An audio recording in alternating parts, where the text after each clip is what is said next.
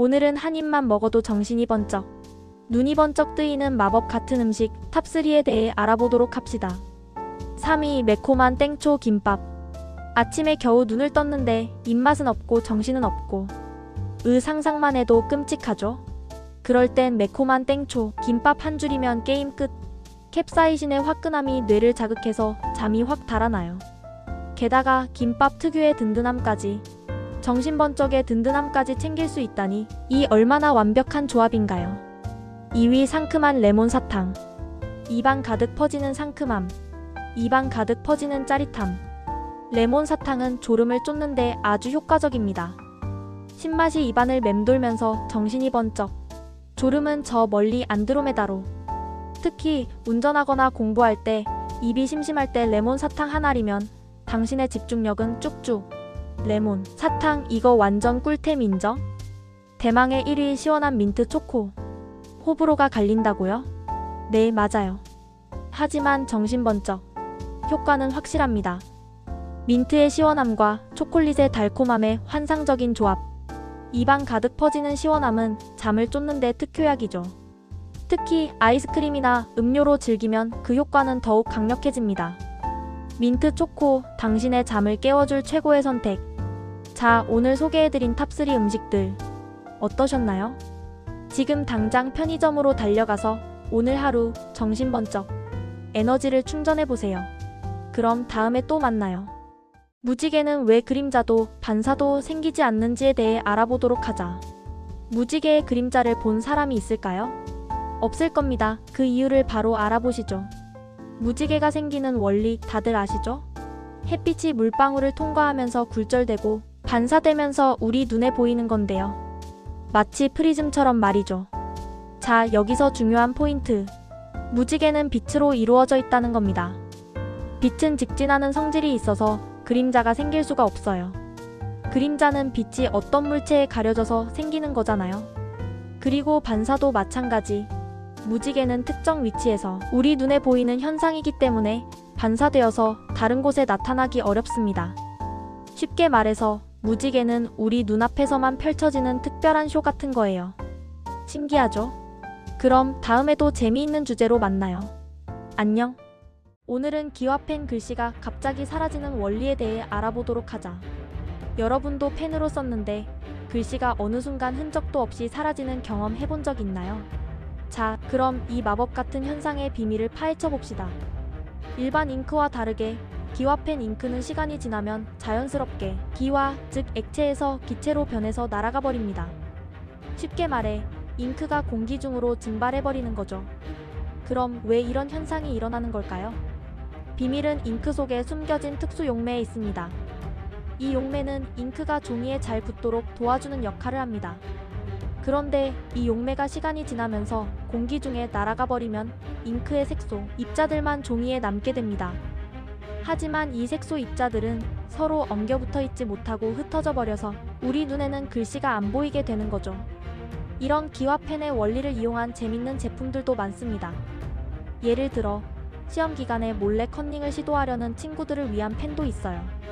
아니면 비밀스러운 일기를 쓰고 싶을 때도 유용할 겁니다. 나만 볼 수 있는 비밀일기.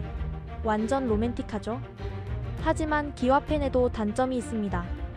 햇빛이나 열에 약해서 글씨가 쉽게 사라질 수 있다는 단점이 있어요.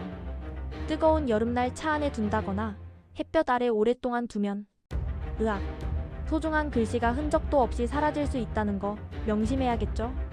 오늘 우리는 기와펜 글씨가 사라지는 신기한 현상에 대해 알아봤어요. 정말 재밌죠? 궁금증이 해결됐다면 다음에도 더 신기하고 재밌는 이야기로 돌아오겠습니다. 그럼 안녕. 오늘은 우리 모두가 한 번쯤은 궁금해했을 법한 질문, 얼음은 왜 미끄러울까?에 대해 알아보도록 합시다. 자, 먼저 얼음이 미끄러운 이유를 알기 전에 얼음 표면을 한번 상상해봅시다. 겉보기에는 매끄러워 보이지만 현미경으로 보면 울퉁불퉁한 산과 골짜기 투성이입니다. 그런데 왜 우리가 얼음 위에서 미끄러지는 걸까요? 그 비밀은 바로 물 분자에 있습니다. 얼음은 물 분자들이 아주 규칙적으로 촘촘하게 뭉쳐있는 상태입니다. 그런데 우리가 얼음 위에 발을 디디면 발의 압력과 마찰열 때문에 얼음 표면의 일부분이 살짝 녹게 되고 이 얇은 물층이 윤활유 역할을 하면서 미끄러운 상태를 만드는 거죠. 그럼 물만 있으면 다 미끄러운 거 아니냐고? 물론 물 자체도 미끄럽지만 얼음 위에서 일어나는 현상은 조금 특별합니다. 얼음은 고체 상태이기 때문에 액체보다 훨씬 적은 양의 물만 있어도 쉽게 미끄러워질 수 있거든요. 또 다른 재미있는 사실, 얼음의 온도도 미끄러움에 영향을 준다는 거 알고 있었나요?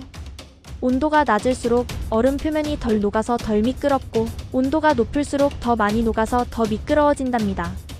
그래서 빙판길에서는 조심 또 조심해야 해요. 우리 주변의 사소한 현상에도 이렇게 재미있는 과학적 원리가 숨어 있다는 게 정말 신기하지 않나요? 앞으로도 주변을 좀 더 유심히 살펴보면서 과학적 호기심을 잃지 않기로 해요. 그럼 안녕. 여러분, 혹시 풍력 발전기 날개가 왜 3개인지 궁금해 본 적 있으신가요? 아니, 왜 꼭 3개여야 하는 걸까요? 2개나 4개여도 괜찮을 것 같은데 말이죠. 오늘은 이 궁금증에 대해 알아보도록 합시다. 일단 풍력 발전기가 전기를 만드는 과정을 간단하게 살펴볼까요? 바람이 날개를 돌리고 이 회전 에너지가 발전기를 돌려 전기가 뿅 하고 만들어지는 거죠. 여기서 날개의 개수는 효율과 직결된답니다. 처음 풍력 발전기가 등장했을 때는 날개가 2개인 경우가 많았어요. 하지만 2개의 날개는 바람의 영향을 많이 받는다는 단점이 있었죠. 바람의 방향이나 세기에 따라 회전 속도가 불안정해지고 진동이 심해져서 고장의 원인이 되기도 했거든요. 그럼 날개를 더 많이 달면 더 좋을까요? 물론 날개가 많으면 더 많은 바람을 잡을 수 있지만 문제는 비용과 무게입니다. 날개가 많아질수록 제작 비용이 비싸지고 무게가 무거워져서 효율이 떨어지게 되죠. 게다가 복잡한 구조 때문에 유지 보수도 어려워진답니다. 그래서 과학자들은 고민했죠. 어떻게 하면 가장 효율적으로 바람의 힘을 이용할 수 있을까? 여러 실험과 연구 끝에 3개의 날개가 최적의 조합이라는 결론을 내렸습니다. 3개의 날개는 2개의 날개보다 안정적이고 4개 이상의 날개보다 효율적이기 때문이죠. 바람의 영향을 덜 받고 적절한 회전 속도를 유지하며 제작과 유지, 보수 측면에서도 유리하답니다. 물론 모든 풍력 발전기가 3개의 날개만 가지고 있는 건 아니에요. 특별한 목적이나 디자인 때문에 날개의 개수가 다른 경우도 있답니다. 하지만 일반적으로 가장 효율적인 방법으로 전기를 생산하기 위해 3개의 날개를 선택하는 거죠. 자, 이제 풍력 발전기 날개가 왜 3개인지는 확실히 아시겠죠? 오늘부터 길을 가다가 풍력 발전기를 보면 저 3개의 날개가 바람의 힘을 효율적으로 이용하고 있구나 하고 생각해주세요. 그럼 다음에도 재밌는 이야기로 찾아오겠습니다. 안녕. 어라? 수돗물 틀었는데 갑자기 물이 뿌옇게 변한다고? 으잉? 뜨거운 물에서 자주 나타나는 현상인데 이거 왜 이러는 걸까요? 걱정 마세요. 오늘은 이 뿌연 물의 정체에 대해 알아보도록 합시다. 우선 뿌연 물이 나타나는 원인은 크게 2가지로 볼 수 있어요. 첫 번째는 온도 변화 때문인데요. 뜨거운 물은 차가운 물보다 물속에 녹아있는 공기의 용해도가 낮아져요. 쉽게 말해 찬물에서는 공기가 물에 잘 녹아있다가 뜨거운 물이 되면 공기가 물 밖으로 빠져나오려고 하면서 뿌옇게 보이는 거죠. 마치 사이다 병뚜껑을 따는 순간 기포가 뽀글뽀글 올라오는 것과 같은 원리라고 생각하면 돼요. 두 번째는 배관 문제입니다. 오래된 건물이나 녹슨 배관을 사용하면 물 속에 녹, 이물질 등이 섞여서 물이 뿌옇게 보일 수 있어요.